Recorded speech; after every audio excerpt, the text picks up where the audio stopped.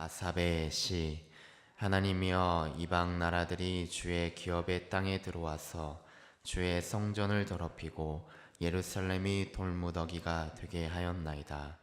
그들이 주의 종들의 시체를 공중의 새에게 밥으로, 주의 성도들의 육체를 땅의 짐승에게 주며 그들의 피를 예루살렘 사방에 물같이 흘렸으나 그들을 매장하는 자가 없었나이다. 우리는 우리 이웃에게 비방거리가 되며 우리를 에워싼 자에게 조소와 조롱거리가 되었나이다. 여호와여, 어느 때까지이니까?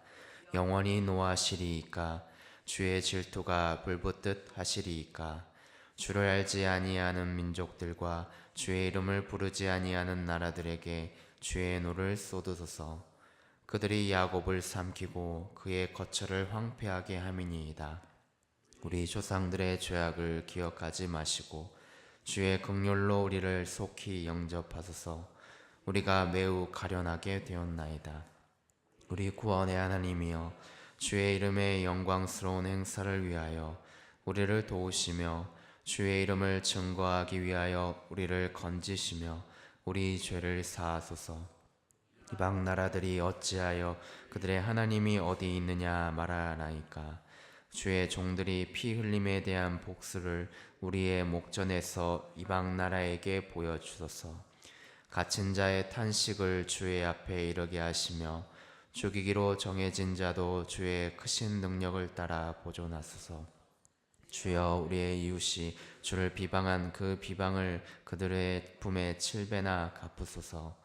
우리는 주의 백성이요 주의 목장의 양이니 우리는 영원히 주께 감사하며 주의 영예를 대대에 전하리이다. 아멘.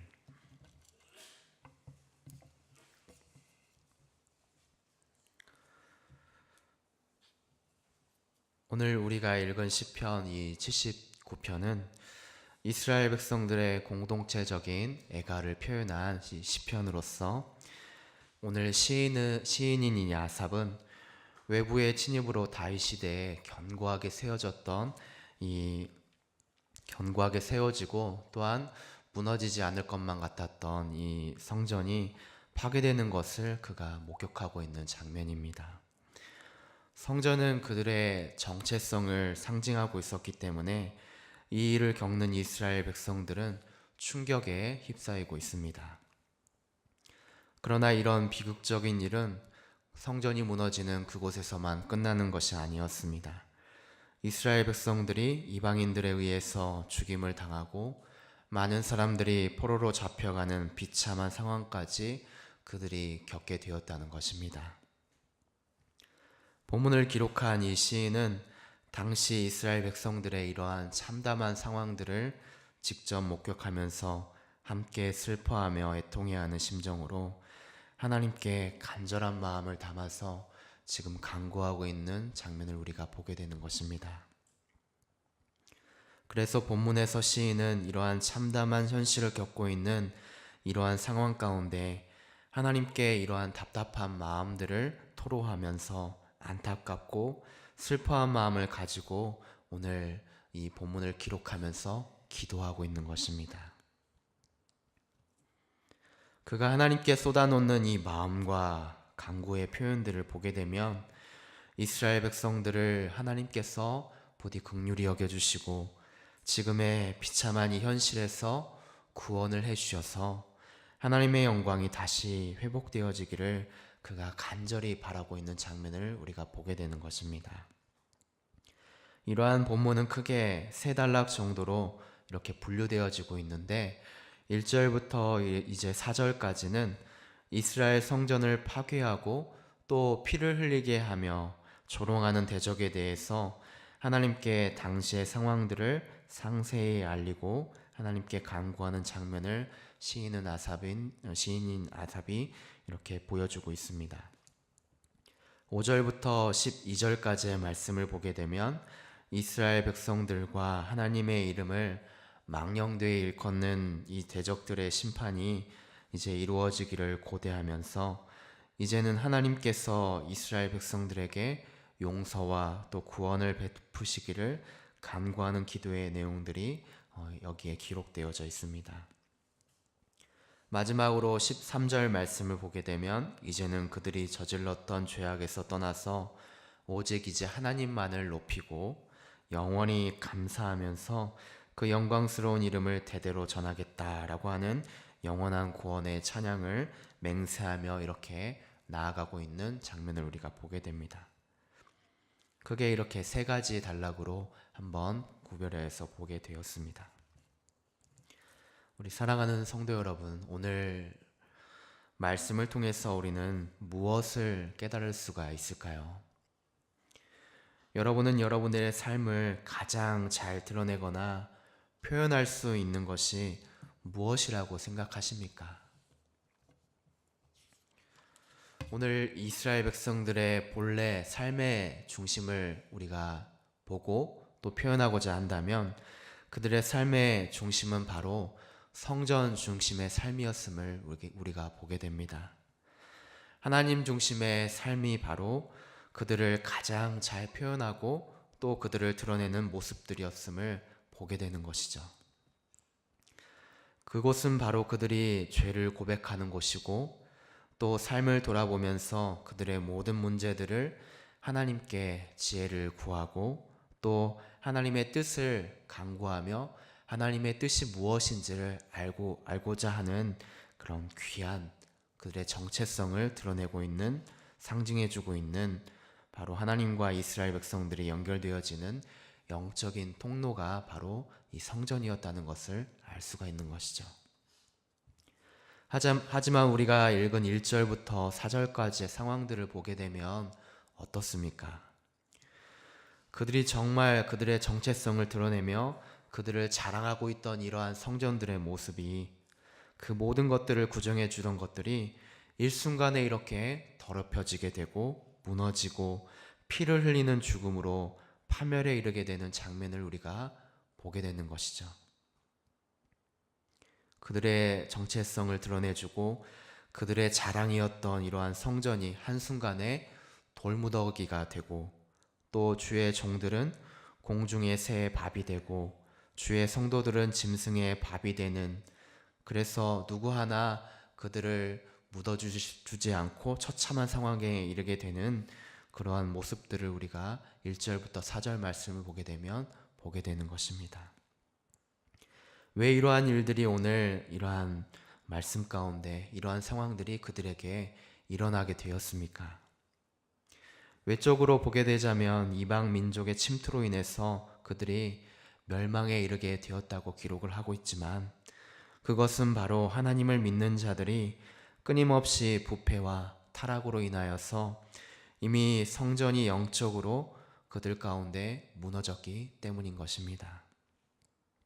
하나님을 예배하며 성전을 거룩하게 해야 될 그들이 성전에 우상 신상을 세워두는가 하면 형식적인 예배로 하나님을 기만하여서 모독하기도 했다는 것입니다.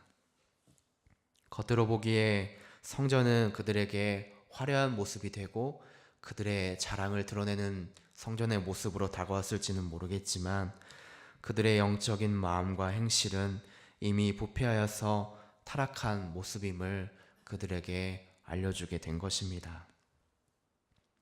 사랑하는 우리 성도 여러분, 하나님의 성전의 거룩함은 그 규모나 화려함에 있음이 아니라 바로 오직 하나님을 향한 진실한 예배와 예배자들이 있으므로 그 거룩한 모습을 이루어가는 것임을 오늘 말씀을 통해서 우리에게 깨닫게 해주시고 계십니다.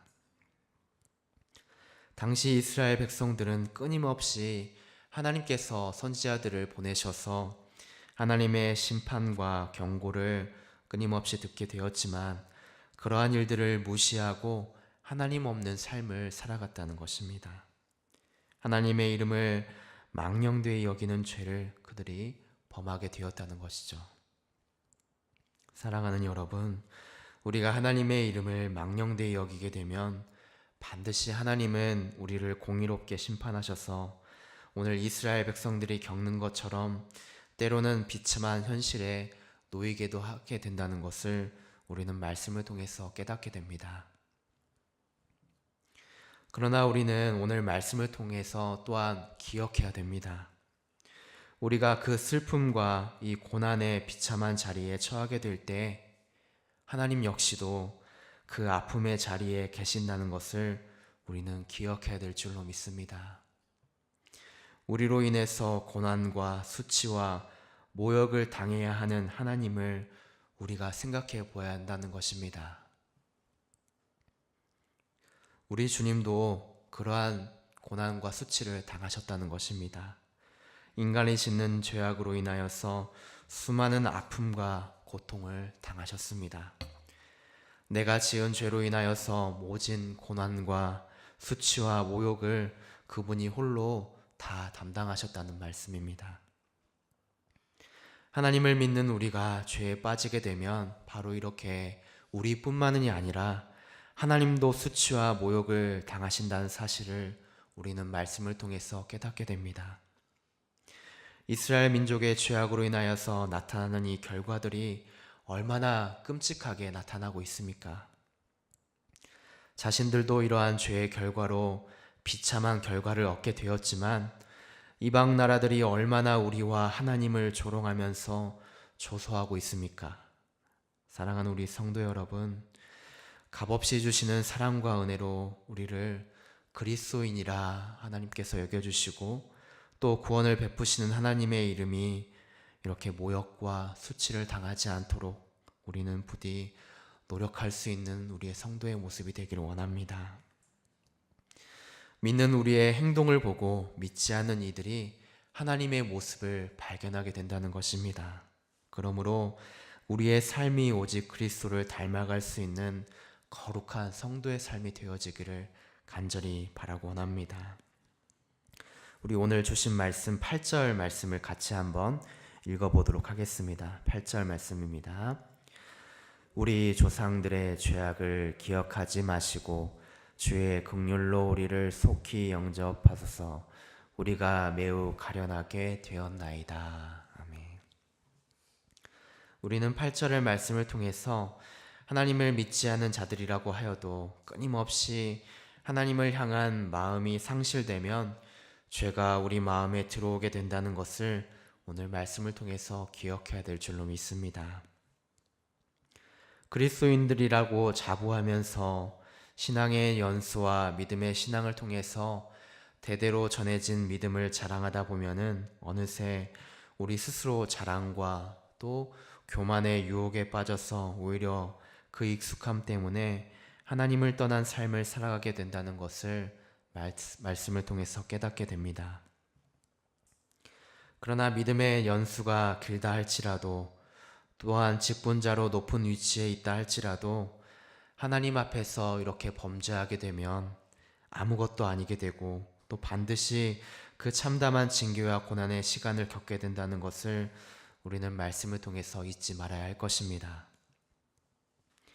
우리가 하나님께 구원을 받는 것은 어떤 우리의 외적인 노력이나 또 경험이나 연륜이 아니라 오직 하나님만을 향한 신실한 마음이 우리에게 필요하고 또 늘 우리의 삶을 돌아보면서 온전한 믿음을 세워나갈 수 있는 거룩한 성화의 과정이 있어야 함을 오늘 말씀을 통해서 깨닫게 되고 있습니다.